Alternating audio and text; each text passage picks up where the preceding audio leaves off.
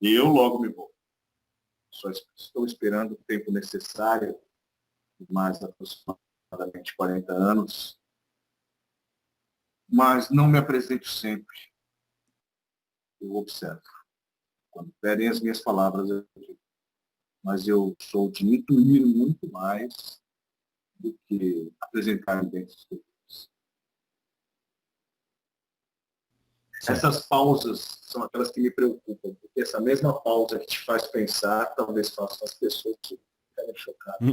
Às vezes me preocupa falar demais e assustar demais.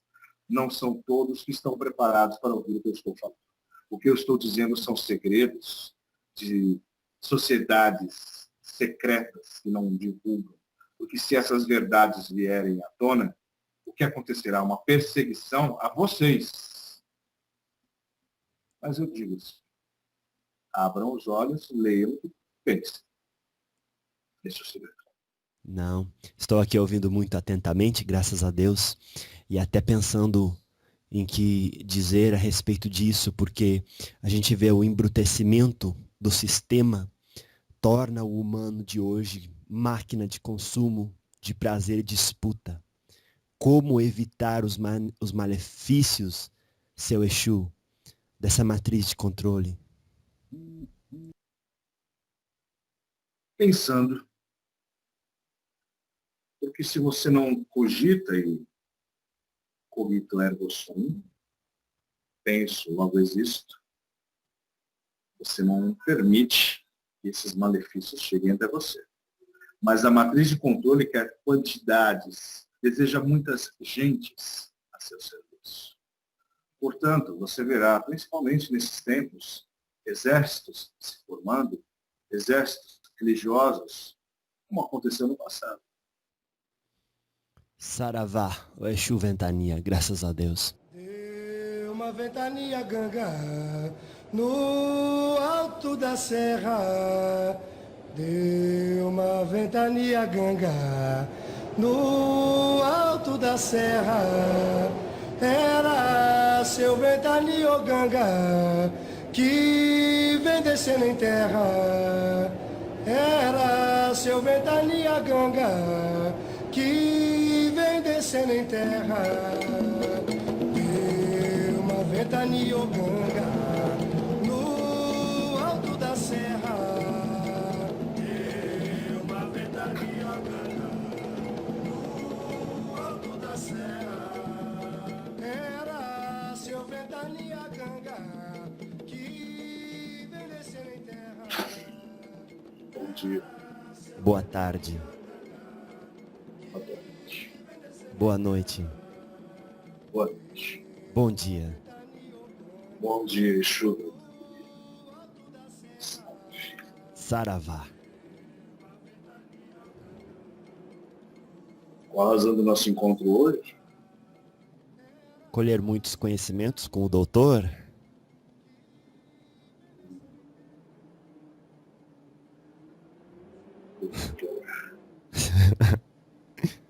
Doutor em uma encarnação, Senhor de Deus em outra, Mago em outra, caros doutores.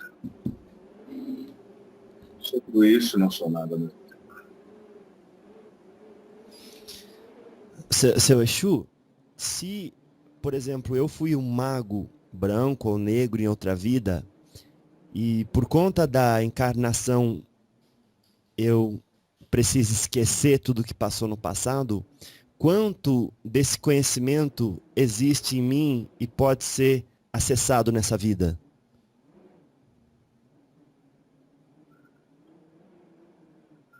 No momento que você reencarna, você cai num estado de esquecimento. Algumas coisas importantes você pode se lembrar. Outras, não. Você pode ter lembranças de que foi uma fogueira, caso você tenha pânico de fogo. Você pode ter lembranças que você foi jogado em cima de um penhasco, caso isso tenha ocorrido. As lembranças vêm conforme a necessidade. Mas existem alguns tipos de médiums que foram grandes magos e que trazem lampejos dessas memórias. Eu não gosto de dizer mago negro, branco, marrom. A magia existe. E esse estado de magismo acontece conforme a energia, a índole e as divindades invocadas. Portanto, posso dizer que eu fui um mago negro? Sim. Mas posso dizer também que fui um mago branco? Sim. Posso dizer que fui um mago vermelho? Sim. Isso depende de toda a energia que está sendo utilizada no magismo que faço uso. As memórias podem ser acessadas desde que você tenha merecimento para isso. Existem coisas que você merece saber. E existem coisas que você merece não saber. Muitas pessoas que são santas aqui foram feras em outras encarnações. Eu me auto-intitulo mago. Prefiro utilizar esta vestimenta. Mas eu fui muitas outras coisas. Eu fui mulher, fui homem, fui mago, eu fui clérigo, eu estive na Galileia. Eu tenho perambulado por esse mundo, vezes encarnado, vezes não, aos lugares tirados, logo após as guerras. Porque existe uma pluralidade de mundos, sua existência, ela é presente. Existe uma espiritualidade, existem seres que devem vir a outros orbes para melhorar ou piorar uma determinada raça. Por que piorar? Às vezes, a necessidade de um determinado povo ser atacado por si mesmo para que possa evoluir. Eu prefiro não citar os povos, mas eu posso dizer que alguns flagelos, a Átila, Davi, Hitler, vieram, fizeram grandes judiarias neste mundo. E o povo pagou, porque isso se chama karma coletivo. Então, essas memórias são acessadas muitas vezes. Você tem um pânico de pisar em terras de Israel porque alguma coisa pode ter acontecido com sua alma numa encarnação. Você pode ter pânico de pisar em Auschwitz, se for visitar, porque alguma coisa aconteceu no seu local. Você pode sentir alegria ao subir montanhas, porque algo pode ter acontecido com você. Uma pluralidade de mundos, de encarnações, ela é presente, ela acontece ao mesmo tempo. Mas creia, nesse mesmo instante que estou falando com você aqui, você está nascendo em um outro momento, devido à espiral da existência do espírito. Vocês estão presos aqui, e eu também estive, porque eu também fiz parte da grande mentira, a essa matriz. Foi colocado uma grade, uma prisão, uma linearidade de tempo e espaço, vocês não podem fugir. Vocês ficam presos com cordeirinhos, como eu também fiquei. Mas ao mesmo tempo que eu estou aqui, eu posso acessar também uma memória anterior. Eu, particularmente, porque não estou encarnado. Quando você está no estado de espírito, você pode utilizar qualquer uma. É como se fosse uma cômoda com várias gavetas. Em cada gaveta existe uma persona e eu, espírito, posso utilizar uma das vestimentas guardadas em cada uma dessas gavetas. Quando houver necessidade de trabalhar como mago, trabalho como mago. Quando houver necessidade de trabalhar na forma reptiliana, eu posso acessar essa memória também. Quando eu tiver que ser maternal, eu posso acessar uma das encarnações em que eu fui mãe.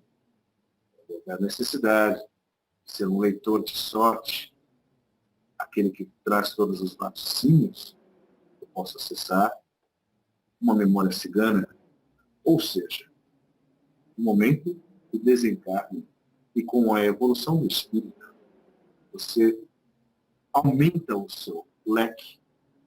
E posso dizer, isso agora vai chocar muitas pessoas.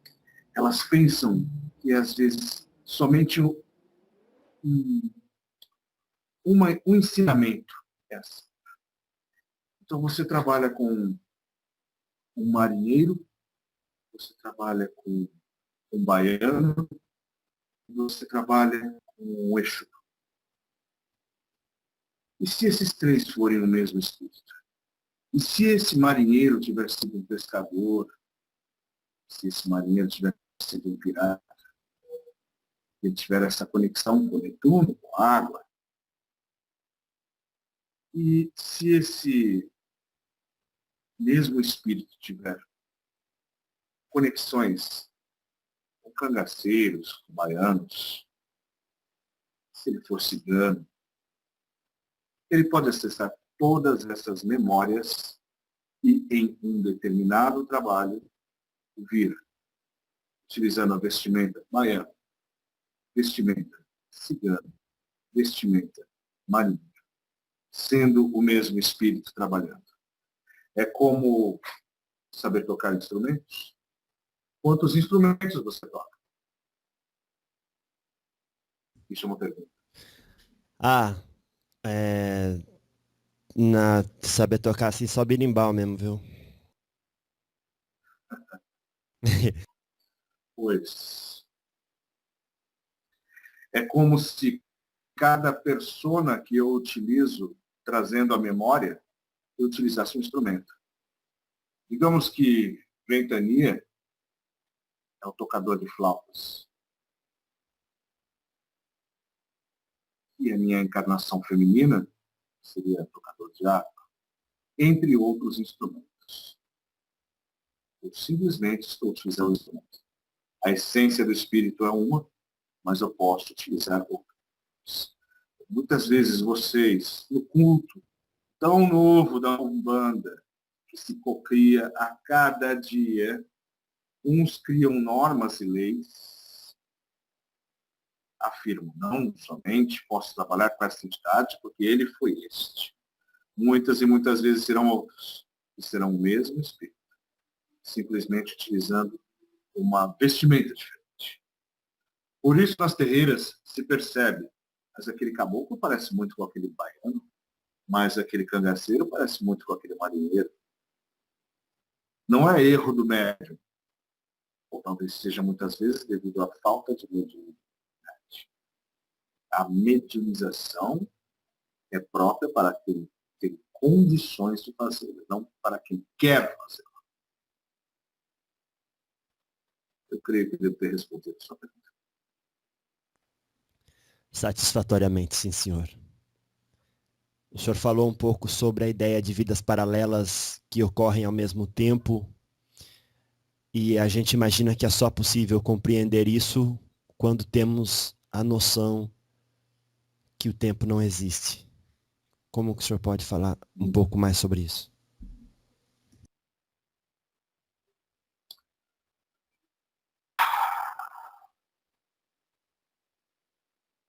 Vamos falar como um signo. Você vem até mim, diante de uma bola de cristal, diante de uma leitura de palmas de mão, leitura de cartas, e eu passo a ter visões o presente. Não existe futuro. A raça cigana tem uma facilidade maior devido a quantidades maiores de um determinado minério em seu cérebro e uma produção especial de ectoplasma por tradição e por herança genética, misturados com raças, inclusive de origem atlântica. A raça cigana verdadeira consegue sentir o presente, mesmo que esse presente não esteja ocorrendo agora. Porque a idiotia do tempo linear existe para quem está encarnado neste plano, neste planeta chamado Urântia, neste sistema chamado Momantia. Portanto, para este plano, para este orbe, vocês só conseguem pensar em passado, presente e futuro. Mas existe um semi-passado, um semi-presente, um semi-futuro. Na verdade, tudo é presente, acontecendo em várias camadas de realidade. Você pergunta, serei feliz nesse casamento? O cigano dirá sim, porque ele está recebendo uma intuição presente. Para o cigano, naquele momento, é presente. Ele está desdobrando-se para responder. É diferente de inventar. Mas não no sentido de pejorativo, e sim trazer a luz para si. Ele traz a luz e, permita-me a palavra, inventar, ele coloca os ventos para dentro. A intuição, e essa é uma das razões do porquê eu utilizo o nome ventania. Eu trago o vento do conhecimento e a intuição cigana para dentro do médium, e o médium vai conseguir expressar o futuro como se fosse presente, porque na verdade existe somente esse presente. Por conta disso, por misericórdia divina, os pobres neandertais que habitam este vale de lágrimas, muitas vezes receberam visitas e recebem ainda de grandes mestres que estão, porque vocês pensam que o espírito evoluído não tem como voltar no passado. É como se o seu estado de Neandertal, um espírito que já passou e já está muito evoluído, não pudesse voltar. Mas ele volta. Sobre a forma de Krishna, sobre a forma de Buda, sobre a forma de Zaratustra, Michelangelo, Da Vinci, Tatanka Yutaki, os Murupixabas, Lamas, Nolano, podem voltar e voltam a qualquer momento. Porque são espíritos evoluídos que, por pena e misericórdia, vêm a este momento presente de vocês para elevar um pouco a moralidade espiritual de vocês. No entanto, existem espíritos também que podem ser malfazejos no sentido de conectar-se com a energia original de vocês. E é malfazejo. Vocês chamariam de Satanás, a pedra de tropeço, Sataná, Pedro, a pedra? Se você se conecta a essa energia satânica, de não conhecimento, mas de ser malfazejo, você está conectado, então, com o atraso, que no seu tempo é contado em linearidade. O tempo da espiral, da espiritualidade, é contado como estagnação. Não existe regressão. Um espírito não regride, do ponto de vista linear. Mas ele pode voltar ao seio quando for necessário, porque existe uma espiral. Existe o termo mentepsicose. Mentepsicose é essa capacidade do espírito mudar de um nível para um nível inferior. Pessoas vão à fogueira por conta disso. Porque acreditava que o espírito de um homem pudesse encarnar em uma vaca, ou em qualquer animal, ou voltar aos reinos vegetal, mineral, da mesma forma. Mas todos eles têm a sua evolução. O meu aparelho mediúnico, hoje, cultua o budismo. Mas o budismo diz que você pode voltar sob a forma de uma minhoca. E eu não apoio essa crença. Ele crê no hinduísmo. E o hinduísmo diz que você pode vir sob a forma de um macaco. E eu não apoio isso. Mas se você tratar hoje as minhocas, macacos, tigres, vacas, com o mesmo respeito que você deveria tratar a sua mãe, seu pai e o seu vizinho, então trate-os com respeito, porque é a primeira forma de não agredir este plano que foi dado como presente para vocês. E o que eu tenho visto? Agressão atrás de agressão. E atrás de uma agressão virá destruição. Os mestres vieram. Ensinaram o que é certo, ensinaram o que é errado. E mesmo assim, o ser humano teimoso, possudo que é, ele quer crer mesmo em algo que muitas vezes não existe. As aberrações das missas. Por exemplo. Há muitos, é um momento sagrado.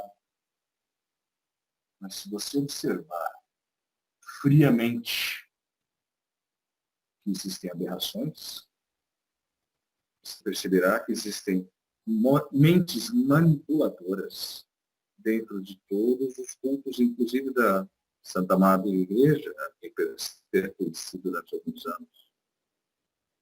Se eu digo que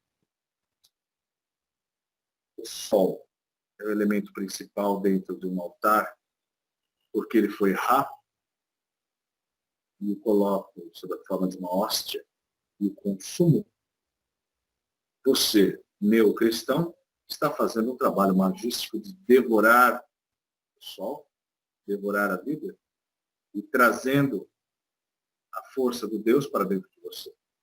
Ao passo que você pensa que está consumindo o corpo transubstanciado do Cristo, você está comendo o Deus Ra. A mesma coisa acontece quando você passa as suas mãos sobre as pernas do ídolo de um determinado Deus, que você pensa ser um santo, como Pedro, dentro da igreja de São Pedro, e você passa a mão pedindo uma bênção, e aquilo é uma estátua de Netuno. A mesma coisa ocorre quando você vai dentro de uma catedral e vê a estátua de Maria segurando o seu filho. Na verdade, foi uma estátua roubada do Egito, que é de Ísis, segurando Horus. Portanto, são colchas de retalhos e as religiões que se aproveitam das mentes que não pensam tanto estão crescendo. E eu tenho medo do crescimento das massas. Eu tenho medo daqueles que não leem. E eu tenho medo, principalmente, daqueles que tiveram somente um livro.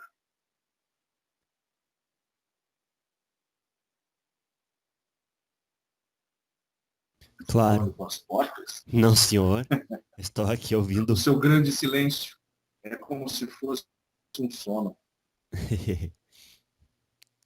Não, estou aqui ouvindo muito atentamente, graças a Deus, e até pensando em que dizer a respeito disso, porque a gente vê o embrutecimento do sistema torna o humano de hoje máquina de consumo, de prazer e disputa. Como evitar os malefícios, seu Exu, dessa matriz de controle? Pensando.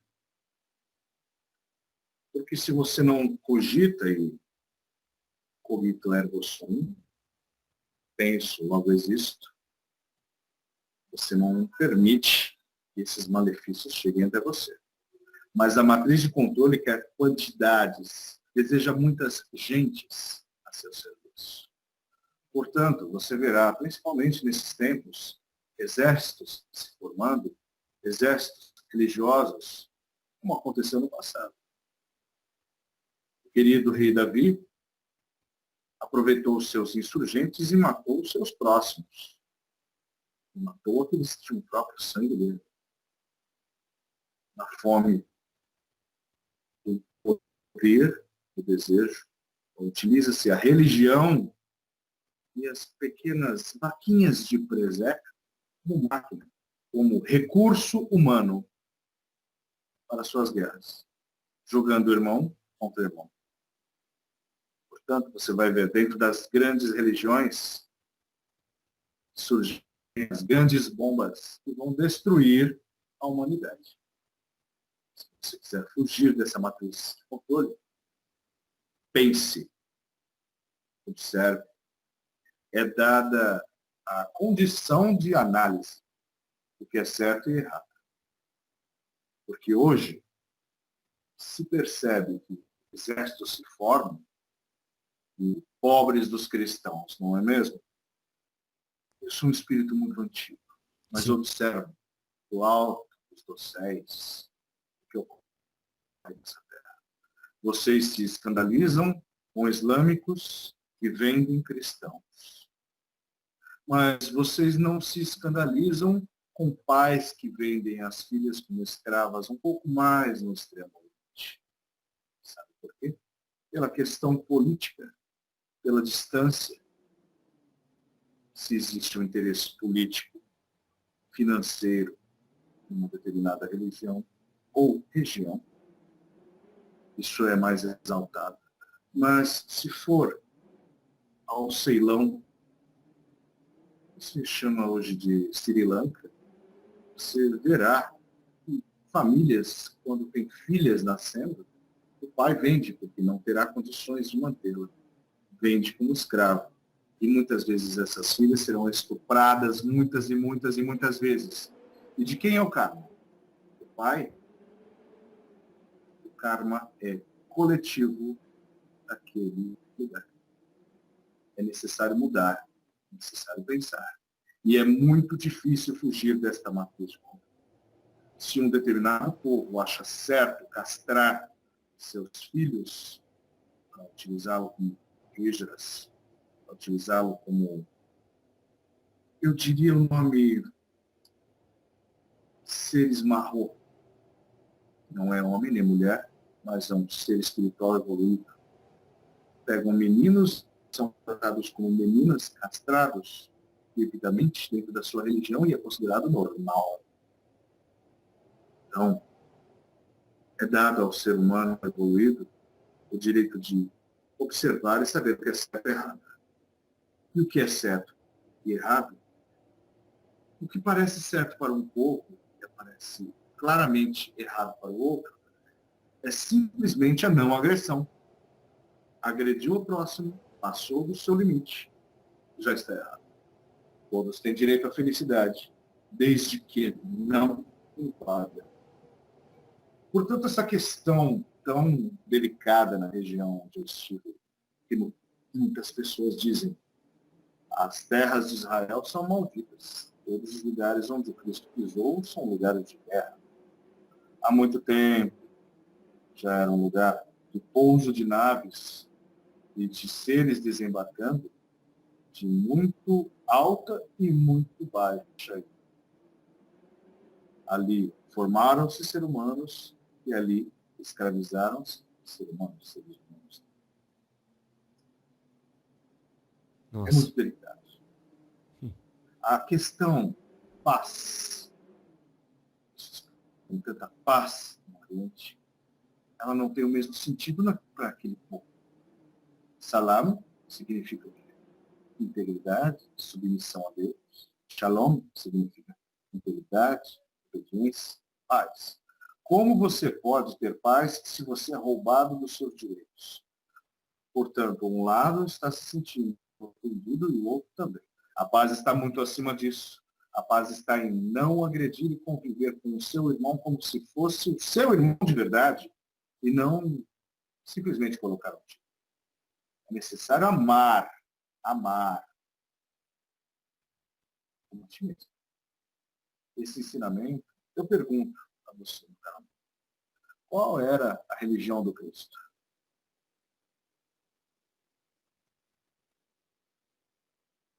Então, seu Chu, ele praticava o judaísmo, não era? Hum. Qual era a sua religião quando você era menor? Aos 12, 13 anos.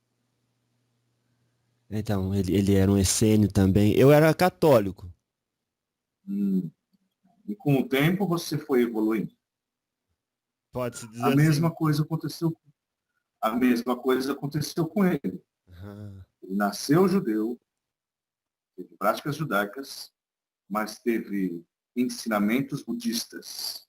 E ele semeou o budismo. Porque nessas rotas da seda, ele aprendeu com monges a não agressão aos animais, ao irmão, a não luta desesperada por encontrar a Deus. Ele era tão tranquilo em relação à sua origem divina. As origens divinas do ser humano. Ele não precisava bater com livros na cabeça de ninguém. Essa serenidade da presença de Deus naqueles que têm iluminação búdica e não discutem, meu Deus é o melhor, o seu Deus é o melhor, é a melhor filosofia a ser aplicada. Creia em Deus, independente de que Deus é esse. Porque se você acreditar que você é Deus, você não criará um conflito com o Deus de outrem. Portanto, paz é integridade, paz é iluminação, paz é não importar-se com o que o outro crê, mas sim ensinar ao próximo que ele não deve agredir. Isso é paz. Ensinar por que não agredir. Passar a sua tranquilidade. Eu, em minhas práticas espirituais, aprendi a utilizar glifos que me permitiam acessar, inclusive, memórias demoníacas. Eu poderia dizer todos os nomes que já falei antes. Baal, depois. O que vocês demonizam, um dia foi Deus. Um dia, essas igrejas que vocês chamaram de igreja santa igreja, serão demonizadas. Outras que massas estão frequentando serão demonizadas, já estão sendo execradas. E eu afirmo, peremptoriamente, cairão todas, cairão todos aqueles que se deixarem levar como cordeirinhos. O único ensinamento vem de dentro de si mesmo, quando você está dentro da sua presença divina, e a sua presença divina foi dada no momento do hálito da sua reencarnação. Pessoas foram na fogueira por conta disso. Por explicar, lutar contra a teoria heliocêntrica, por afirmar que acredita veementemente na reencarnação e não na ressurreição, é uma mentira, um engodo, um embuste. Pois bem.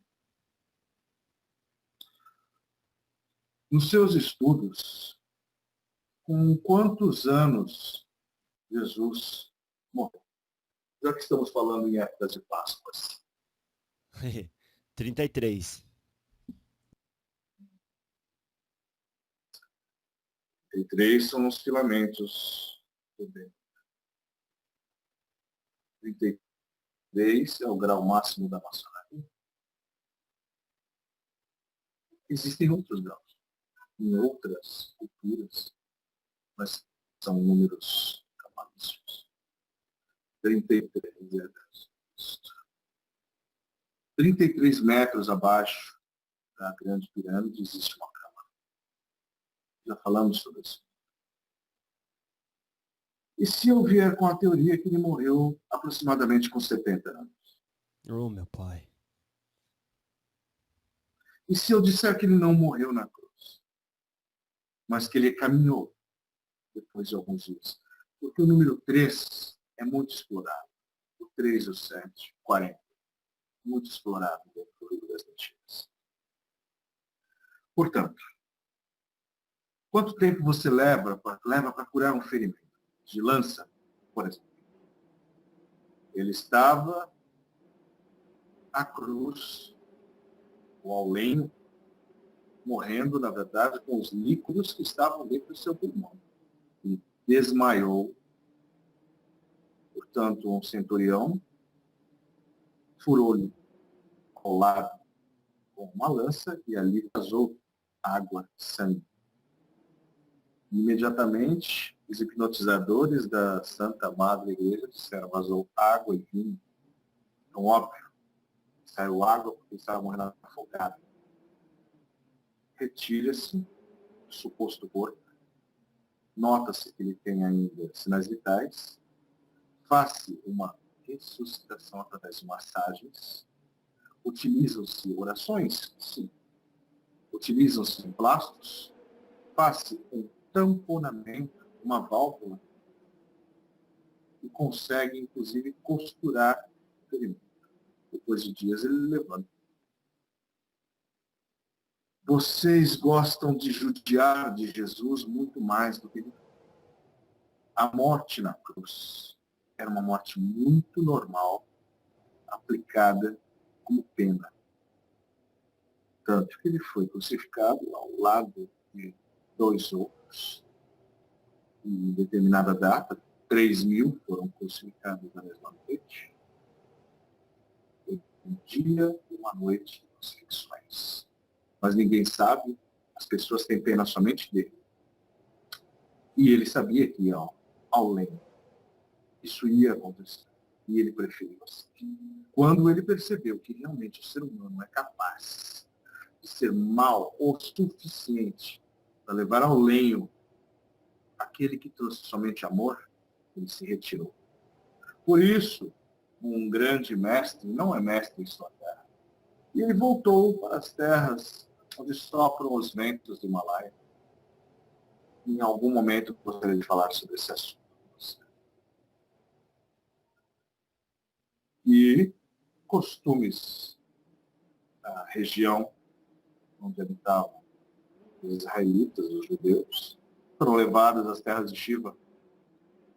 Esse Carrefour, de ida e vinda, na Toca da Seda. E ele sabe, em tantos idiomas, tantos povos, percebeu que o povo onde ele nasceu não o recebeu. Muito velho. Certo. Em terras onde o costume é atear fogo ao corpo, ele não, ao contrário, teve seu túmulo garantido. Por isso buscam tanto o túmulo dele onde não está. Por isso tem que afirmar, ele subiu ao céu. Muito bem. Ele ascendeu em sua espiral espiritual. Pode voltar, sim. Como todos podem voltar. Como Krishna, como Buda, como Zaratustra, Michelangelo, Da Vinci, Tatanka e outros. Como todos os Murumishá. E como Nolana.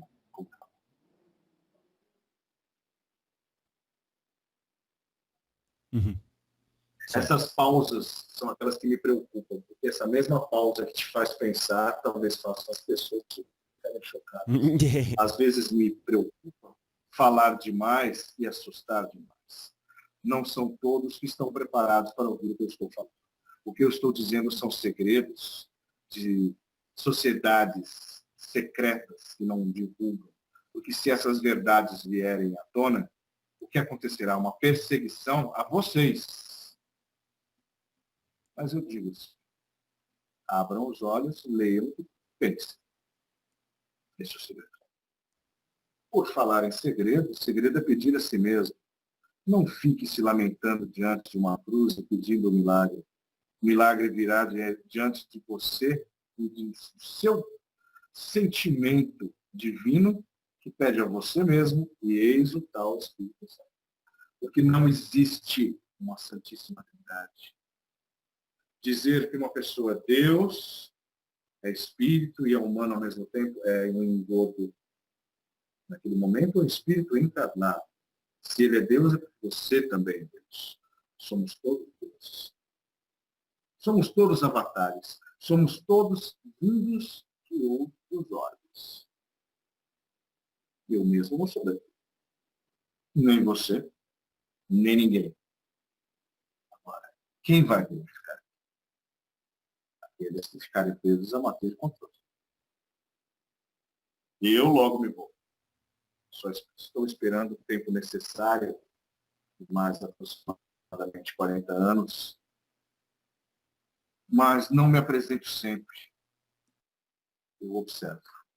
Quando pedem as minhas palavras, eu digo. Mas eu sou de intuir muito mais do que apresentar dentro dos pessoas.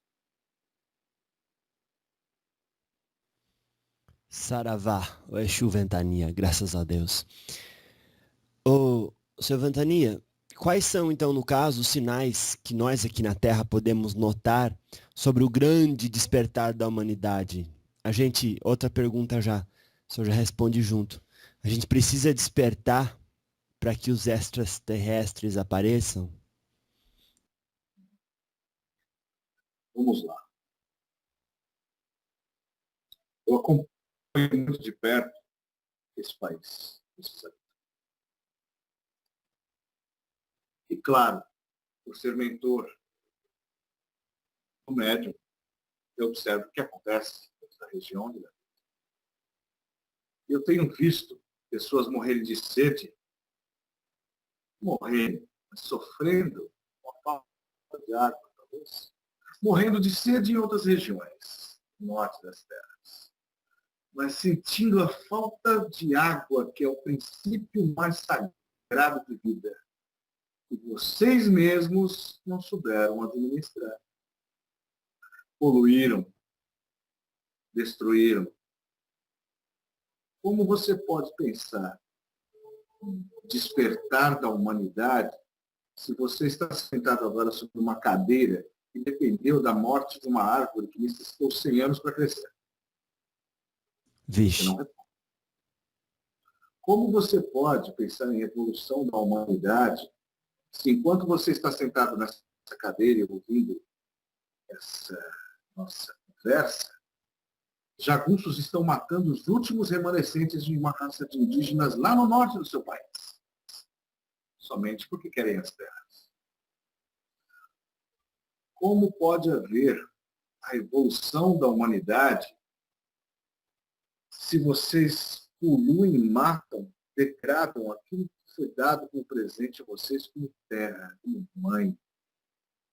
O despertar da humanidade é não ferir. Não deve ferir nada que tenha vida. Vocês explodem, vocês destroem. Querem ver os ETs?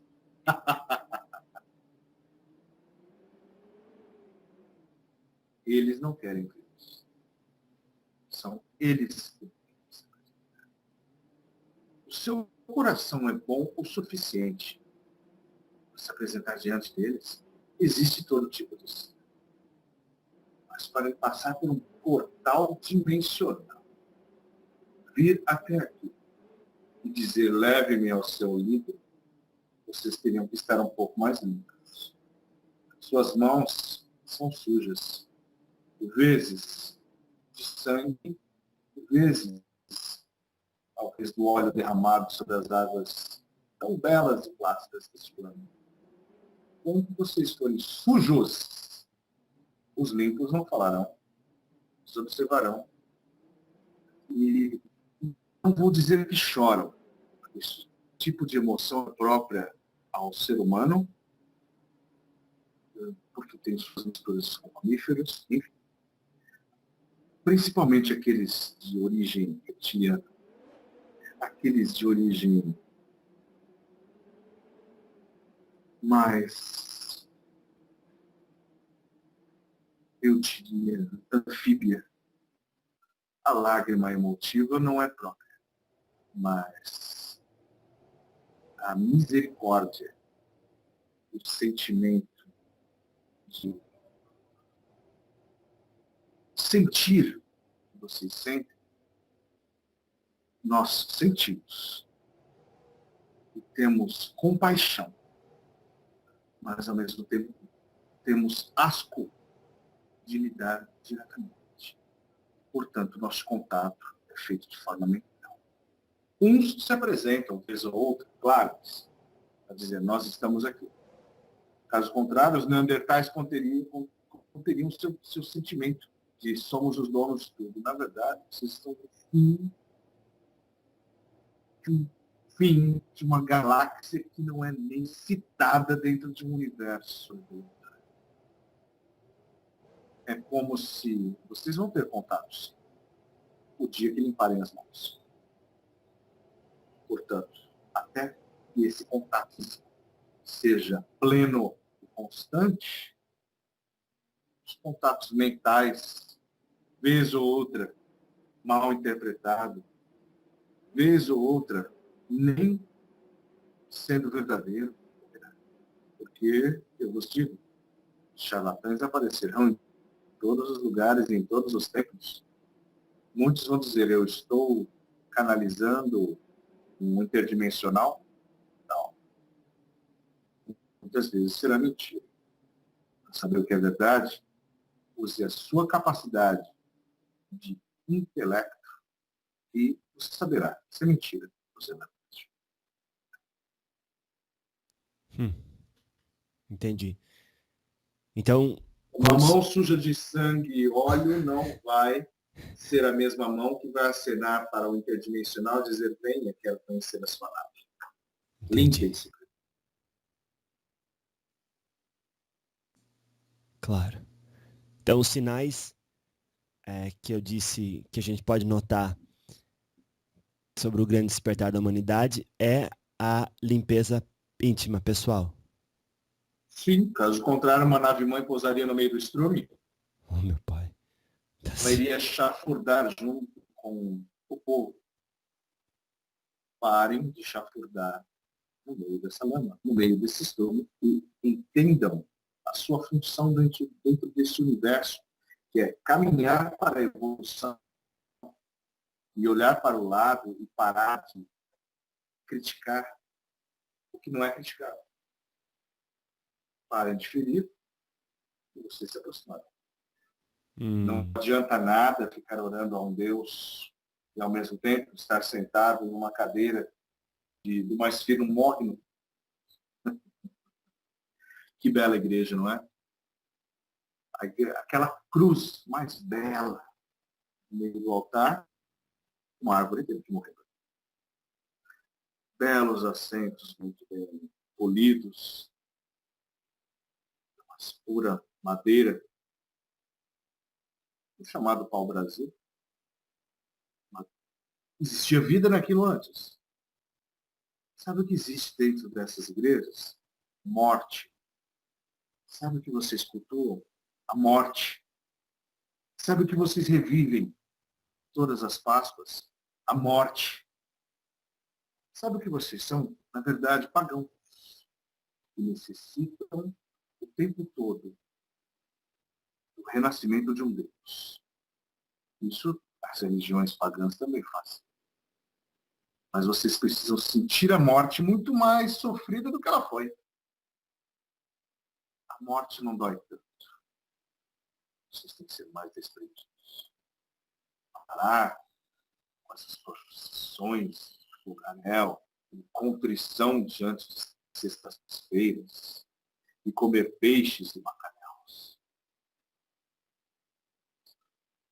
Um dos Exus que trabalham com esse médium recentemente disse sobre minha função e instrução. Uma sexta-feira santa você quer comer o seu bacalhau.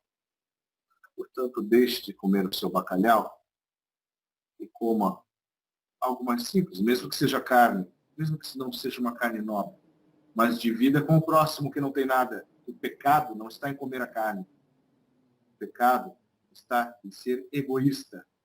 Divida nesse dia. Foi isso que o mestre ensinou. Divida com o próximo. Enquanto vocês ficam mantendo uma tradição, você sabe por que vocês comem bacalhau? Porque na época o país dominante desta colônia tinha excesso de bacalhau e forçou vocês que nem sabiam o que é bacalhau a comer. E impôs de uma forma que se tornou uma obrigação e ainda hoje, a uma sexta-feira santa, pessoas evoluídas, santa para mim, todas as sextas-feiras são santas. Todas as sextas-feiras são santas, todas as segundas, terças e quartas são santas. Vocês têm medo de colocar carne. Vocês têm medo de fugir desse tabu que foi criado. Mas bacalhau também é carne. Também foi vida. Veja o tamanho dessa hipocrisia. Não como carne, mas como peixe. É vida. Da mesma forma. Você quer manter um jejum de respeito, porque sua crença, você faça assim, coma o que a terra dá. Coma mandiocas, coma inhames, coma suas saladas e legumes. Isso é um jejum. Para dizer que está em jejum e guardar os seus denários para a compra de um alimento caro, mas não pensar no próximo. Come a melhor parte do bacalhau, mas a pior parte é desprezada. Seria aquela parte muito pobre, não teria nem o que comer. Usaria para fazer um grande manjar. Hipócritas. Hipócritas, todos. Desculpe a minha forma invasiva, mas é isso. Essa é a verdade. Claro. Esse idioma que é utilizado, português, sabe por que se diz segunda-feira, terça-feira, quarta-feira? Você sabe por que é utilizado esse termo? Por que, seu Exu?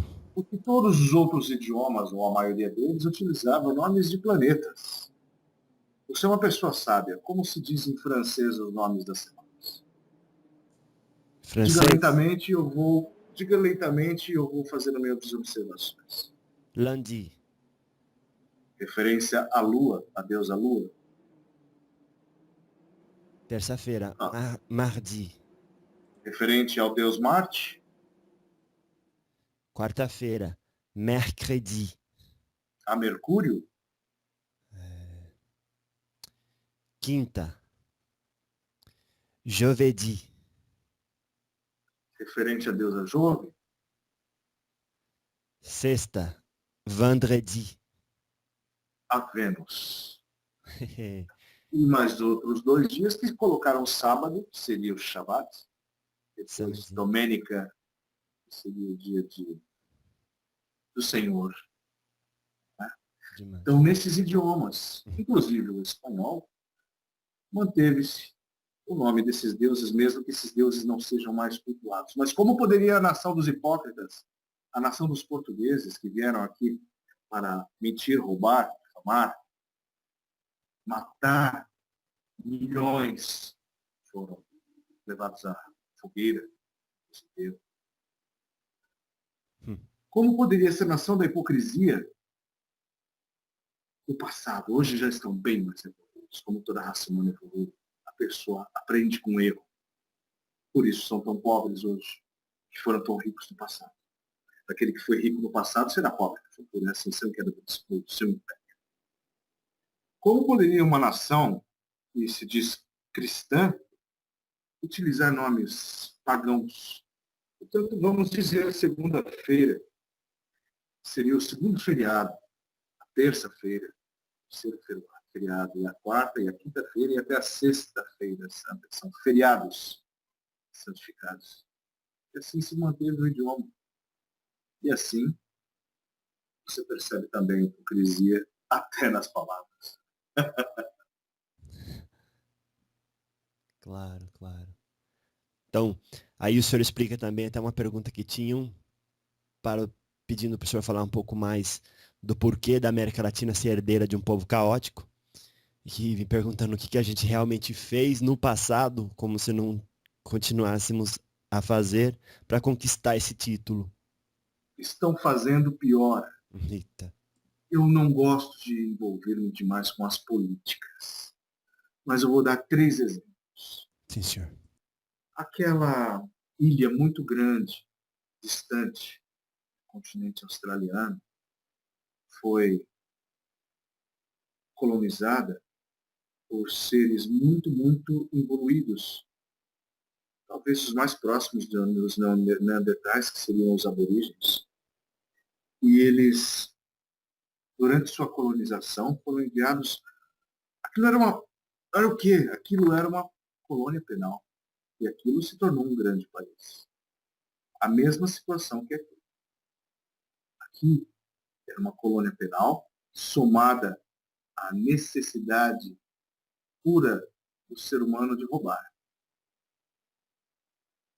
Essa nação acima de vocês, que domina, é uma nação que cresceu de pessoas vindo do mundo inteiro para formar uma nova nação, criar um novo país. Se hoje todas essas nações fazem suas estrepulias, eu diria que, pelo menos, o amor à pátria deve ser considerado como ponto importante e o respeito ao próximo. Então, eu tenho muito respeito pelas nações que fizeram do nada uma terra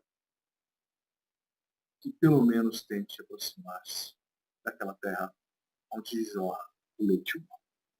Vocês vivem dentro do Jardim das Américas, o país mais belo, mais rico, mais perfeito, e o destrói. Não há necessidade de guerra. Essa guerra é lenta. A terra é ferida diariamente. Então, quando vocês dizem, por que, meu Deus, que eu tenho que morrer de câncer? Que você, em outra vida, você veio aqui e judiou dos índios. Você, jesuíta, veio e impôs a sua religião cristã a um povo que já tinha Deus, Nyanderu, Tupã. Quando você vem, retira a autenticidade ao toque do povo, você recebe um presente. Por exemplo, você mata a minha nação, eu te ofereço tabaco, que é o veneno mais lento que você pode possuir. Aí você vai aprender o que é o câncer. Esse carcínio que vai acompanhá-lo até o século secular, quando vocês puderem curar-se de si mesmos. Eis o presente.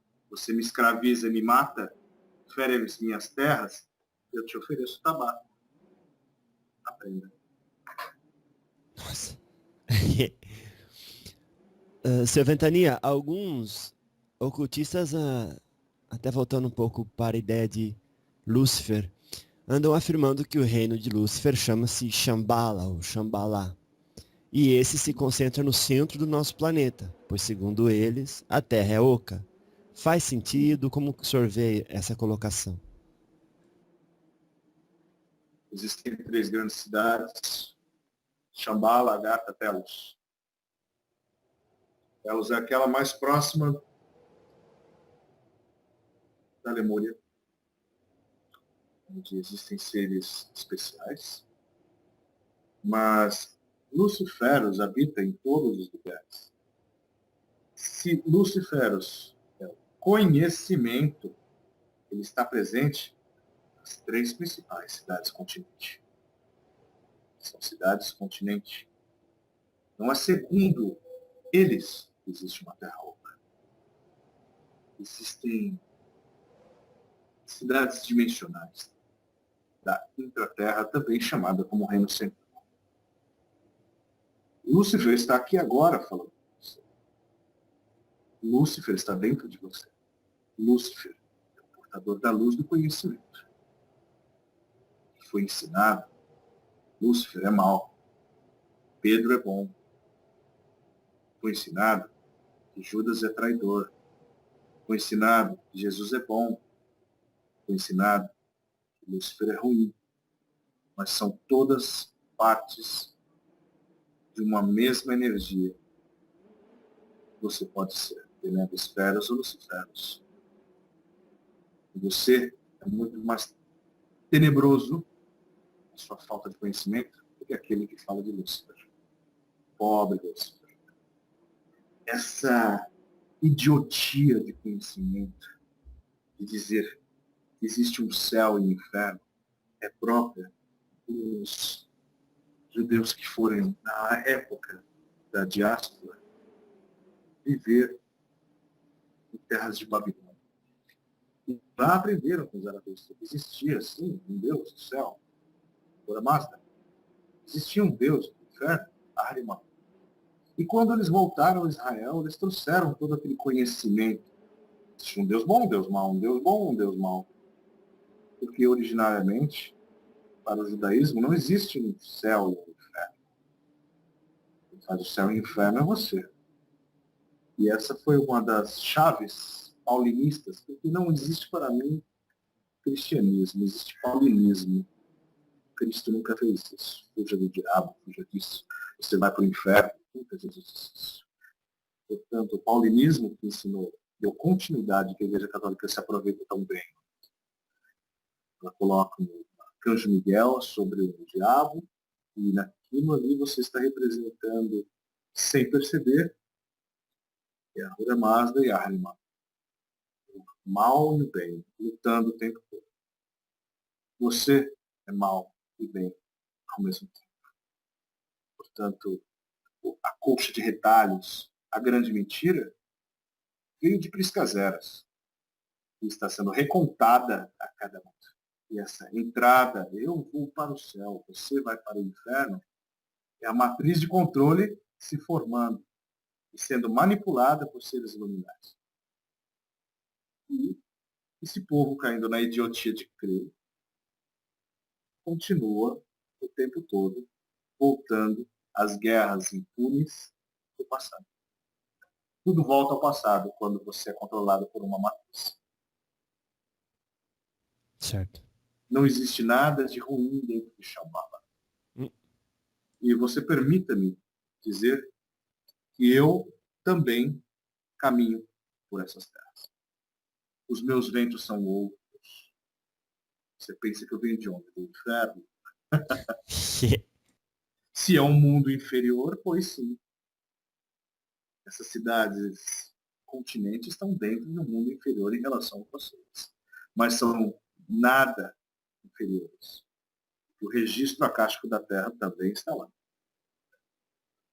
E é por misericórdia, por compaixão, que essas cidades existem, atuam e podem a qualquer momento, se vocês assim o desejarem, através de evolução espiritual, conectar-se com os seres que ali habitam. Porque o reino central é poderoso. Vocês estão procurando os anjos lá no céu e eles estão aqui embaixo. Certo. Eu gostaria que o senhor falasse um pouco sobre a ideia da intraterra e sobre a terra ser oca, só mais um pouquinho, mas antes, tem muita gente que com o estudo e até referente ao que o senhor falou, chegou na conclusão ou na suspeita de que Lúcifer e Jesus são os mesmos. Por que as pessoas, depois de tanto estudar, chegam a essa conclusão? E são eles os mesmos realmente? Não são? O senhor pode responder? Vou responder de uma forma muito clara. Acenda uma vela. Toda luz provoca uma sombra. Se você, na sua cabecinha, determina que sombra significa mal e luz significa o bem, eu estou de luto por você. Muito limitado. Agora vamos ao princípio que eu tenho visto, a cocriação da religião Umbanda acontecendo de uma forma inteligente. Eu vejo que alguns canalizadores têm dado uma informação, inclusive denominações corretas. Vamos pegar o símbolo Oxalá, que é o princípio de irradiação, de força. E vamos pegar aquele outro termo. Um desses autores criou um termo Logunã, que é o consumidor. O princípio masculino, o princípio feminino, o princípio de luz, o princípio de sombra, mas que todos fazem parte de uma mesma energia. A partir do momento que você considera uma delas negativa ou positiva, uma faz o bem, uma faz o mal, você caiu no engodo. Você está dentro de um embuste, você está errado. Há necessidade de equilíbrio entre tudo. E sim, Jesus e Lúcifer fazem parte de uma mesma energia. Se Jesus traz o amor, Lúcifer traz o conhecimento. E é dentro de você, ser humano, você tem a obrigação de saber conviver com a energia do amor e a energia do conhecimento e da sabedoria. Uns tendem a ser bonzinhos demais, burros. Outros tendem a ser inteligentes demais, maus. É o equilíbrio que leva a Deus. Exemplo da vela. Exemplo o que, seu Exu? Da vela. Ah, claro. Sim, Quer sim. saber? Quer saber se Jesus e Lúcifer é o mesmo? Acenda uma vela. Você vai estar diante de Jesus e Lúcifer. E diante de si mesmo se colocar no espelho.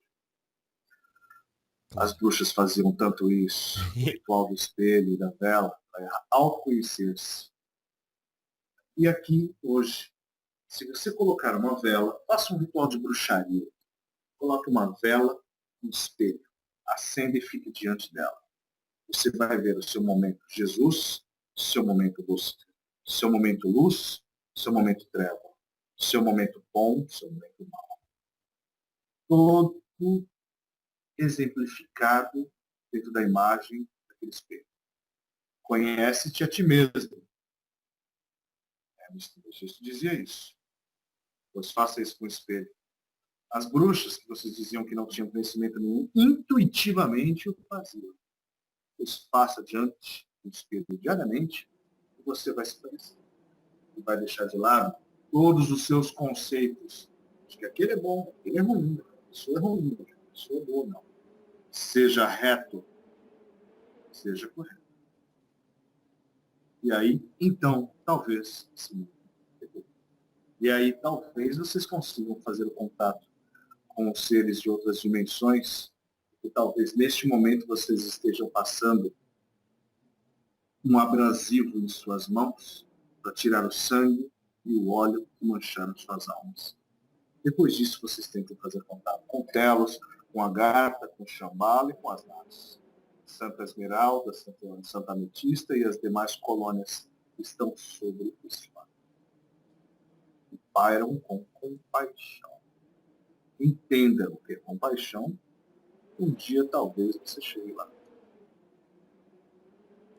Seu Exu. Então, Quando você me chama de Exu, porque eu me autodenomino Exu, porque dentro do culto da Umbanda eu preciso ser um Exu, as pessoas se assustam.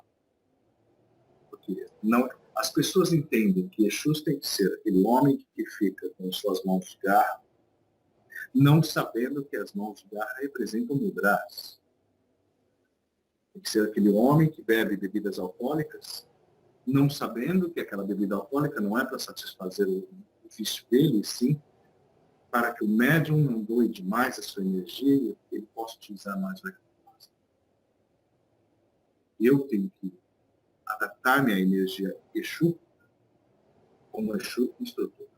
Então, se cada pessoa entendesse dentro da atividade da Umbanda, existe pelo menos um Exu instrutor, um Exu ancestral, um Exu de trabalho, todos teriam um instrutor. E passariam a não dar tantas gargalhadas por animismo, o que mais me assusta. Meu caro, creio que esse tempo que conversamos hoje é o suficiente. Creio que muitas perguntas vão ser feitas.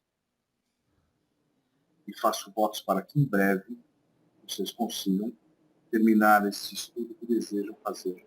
E é do meu interesse também passar à frente o conhecimento de Judas. Oh, Tenho muito carinho. Então, eu estou firmando neste momento o compromisso com você sim, de fazer o estudo à minha maneira, porque sim, eu senhor. não me moldo dentro dos ensinamentos do livro das bobagens,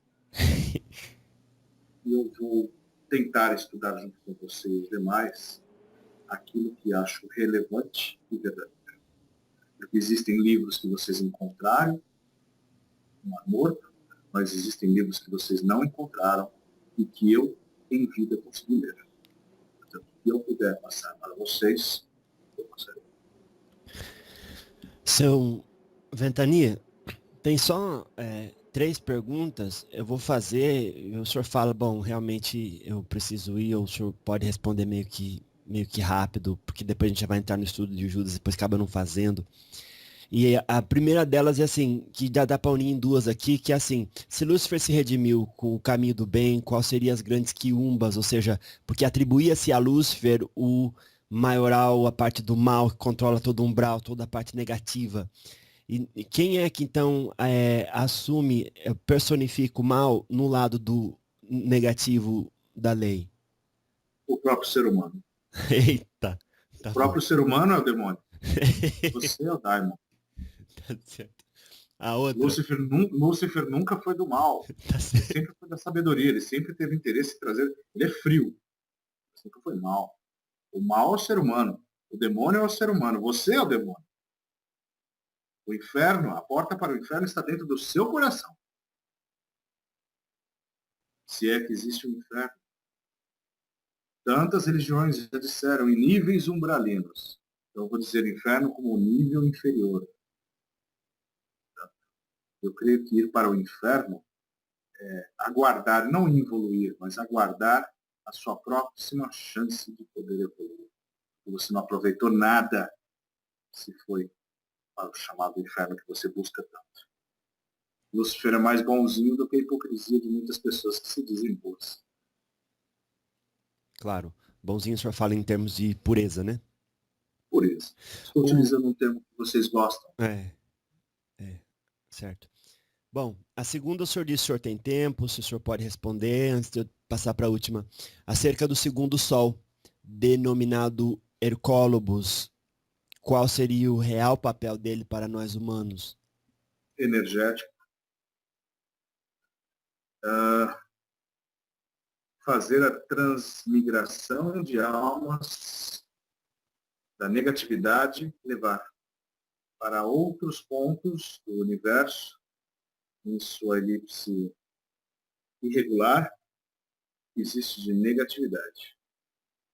Todos ficam esperando o choque com o planeta que, na verdade, está energeticamente separado da dimensão, mas ele é presente, sim.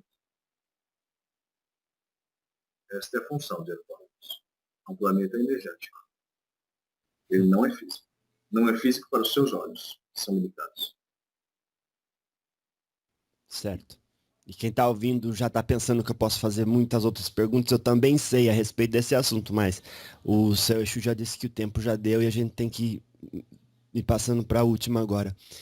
Que antes o senhor sugeriu, de certa forma, uma analogia entre Hermes e Lúcifer, onde o primeiro está associado ao planeta Mercúrio, o segundo ao planeta Vênus. Só que os dois, direto e indiretamente, estão relacionados ao conhecimento e à sabedoria. O senhor podia continuar um pouco mais nessa analogia de Hermes, falar um pouco mais de Hermes e como ele, assim, entra em analogia de comparação com Lúcifer? Hermes é o ladrão. Hermes é hermético. Hermes era um deus que conseguia caminhar entre o céu e a terra. E isso acontece também em outras religiões. Exu também faz isso. É Exu que busca a palavra do orixá, não é isso mesmo que acontece dentro das culturas africanas? Ele responde com Elequara. Sim. Hermes é Elequara. Hermes é Leuá. Hermes é Leguá. Hermes é aquele que faz a ponte entre os mundos. Ele era o Deus dos ladrões, é o Deus dos comércios, é o Deus mais próximo do ser humano. Ele é Exu, ele é Shiva, ele é tantas energias próximas do ser humano. Ele é o Master de Leuá. Ele é, vocês consideram também o elemento fálico de culturas pagãs. Hermes tem suas asas porque ele consegue ascender e descer ao mesmo tempo. Esse é Hermes.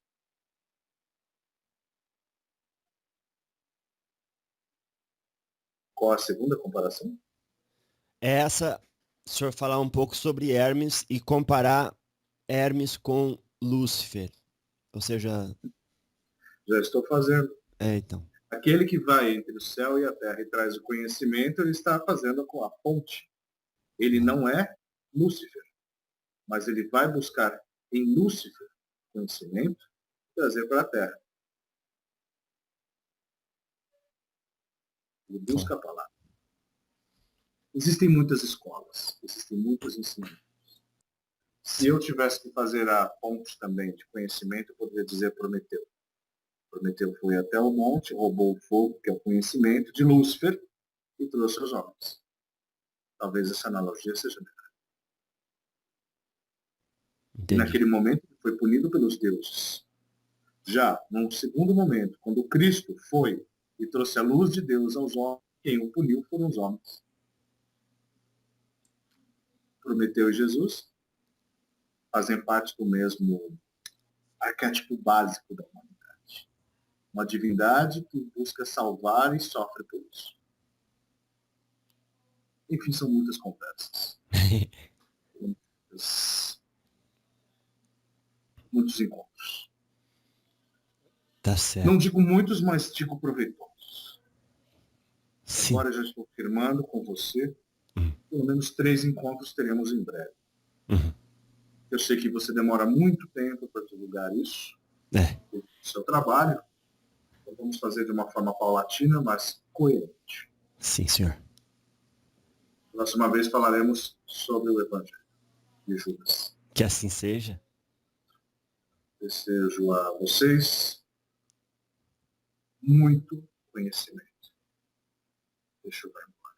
Que meus ventos são outros. Saravá, Chuventania. Puxa. Oi, Jeff. Senhor Fernando Parada? Em carne e osso. Graças a Deus. O senhor está me ouvindo bem? Osso. Como foi a experiência da incorporação? É muito... Eu não gosto de trabalhar. Me sinto desgastado, me sinto inseguro, eu nunca sei o que ele vai falar. Então é uma entidade que, apesar de ser mentor da casa, imagina ter medo do seu mestre. É difícil. Ter medo das pauladas. Né? Ai. Mas vai acontecendo aos poucos, né? Sim. Depois de uma incorporação com ele, eu sempre preciso descansar muito mais do que com os outros dias, que me deixam mais leves. Com ele eu preciso uma paulada. Né? Mas é isso. E daqui a pouquinho, eu estou em Fortaleza agora, daqui a pouquinho eu já vou voltar, vou voar o dia inteiro, a noite inteira. Então, assim, eu preciso dar uma descansadinha e ele me deixa muito cansado. Claro. Senhor Fernando, eu tenho perguntado às pessoas, o senhor aí com tanto tempo de experiência com a incorporação, trabalho de caridade ao próximo,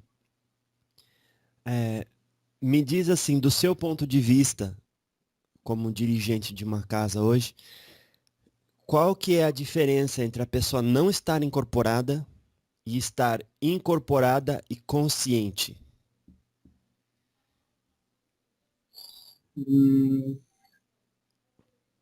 Eu gosto muito de trabalhar consciente ou semiconsciente. Claro. Embora em alguns trabalhos eu fique completamente assim, cara, vai embora 70% de mim, 30%, muitas vezes. Já aconteceu de amigos virem falar com a minha entidade e eu nem saber que ele foi lá. E eu não estou sendo hipócrita. Claro, claro. Mas eu creio que mesmo assim algumas pessoas vão lá para algum tipo de cura. Então, muitas vezes você vai ver um médico que está tentando trabalhar ali, mesmo fingindo, vamos falar mesmo assim como um animismo mesmo, né? fingindo estar incorporado, mas por trás sempre tem alguma espiritualidade.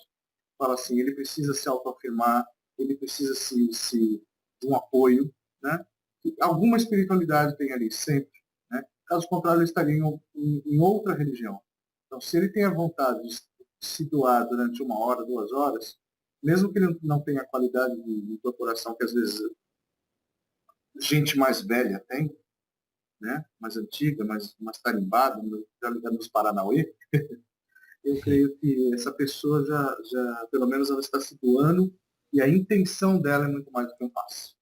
A intenção está eu vejo isso, eu sou um dirigente espiritual, eu vejo isso acontecer. Eu puxo a orelha, muitas vezes, quando há necessidade, do médium, olha, você está animizando, você não pode ser assim. Né? E eu sou bem duro, inclusive, na forma de falar com os médicos. Né? Mas sempre tem algum princípio divino por trás disso aí. Mesmo que seja para ele aprender a humildade, para ele aprender a disciplina e a doação. Porque por exemplo, o último trabalho, nós começamos 3 horas da tarde e acabou 9 horas, 10 horas da noite. Nossa. A pessoa que está lá para se doar num dia de sábado, por exemplo, quente, e lá trabalhando, alguma coisa ela está fazendo, pelo menos ela não está se drogando, não está bebendo, não está em outras bagunças. Então, algum princípio a espiritualidade tem para colocar aquela pessoa no momento como médium. E ela, no momento ela está como está como animista, daqui a pouco ela vai ser um grande médium, eu tenho fé nisso. Uhum, claro. E assim, então, porque eu tenho ouvido assim, a diferença entre não incorporado e incorporado consciente é a química espiritual do espírito que toma controle do corpo do médium. Por exemplo, a minha mão com escrita mecânica, ela mexe sozinha, né? Uhum. No caso. Ou seja, eu posso estar ali 100% consciente, mas o meu corpo e as funções motoras estão tomadas e isso define a diferença entre não estar incorporado e estar incorporado. É assim também que o senhor vê? Eu vejo como, gostei desse termo, é a sua química com a sua entidade. Né? Entendi. Às vezes eu escrevo textos, sim, que eu vejo depois e falo, não fui eu que escrevi. Né? Porque não, eu tenho um estilo e as entidades têm outros estilos. Claro. Então, realmente eu gostei do seu termo. É a química sua com a entidade que faz a incorporação ou irradiação acontecer da melhor forma. Não é porque aquele caboclo está batendo no peito e está no pé no chão e gritando que ele está mais incorporado do que aquele outro que está escrevendo. Não é mesmo? Eu tenho Claro. exemplos de médios muito bons que são gigantes quando escrevem. Inclusive aqui dentro tive contato com alguns médios do diálogo com os espíritos que são incríveis quando escrevem. Mas é isso. Graças a Deus. Muito obrigado novamente pelo seu tempo, sua caridade, servindo como um aparelho mediúnico para que possamos Eu que falar com as agradeço. entidades. Tá certo. Vamos marcar novas entrevistas. Vamos. Um abraço. Obrigado. Um abraço. Deu uma ventania ganga no alto da serra. Deu uma ventania ganga no alto da serra. Era seu ventania ganga que vem descendo em terra. Era seu ventania ganga que vem descendo em terra.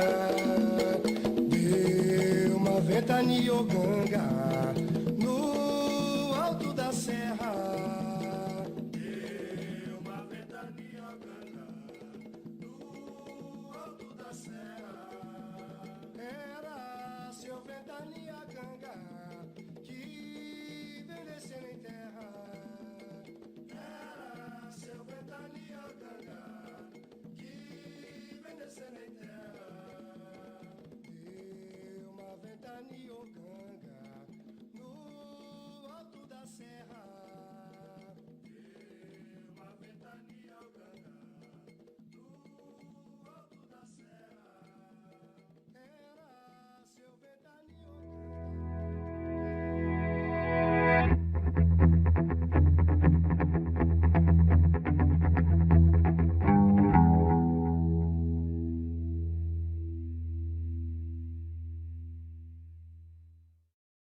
E eu tenho medo do crescimento das massas. Eu tenho medo daqueles que não leem. E eu tenho medo, principalmente, daqueles que tiveram somente um livro. Saravá, o Exu Ventania, graças a Deus.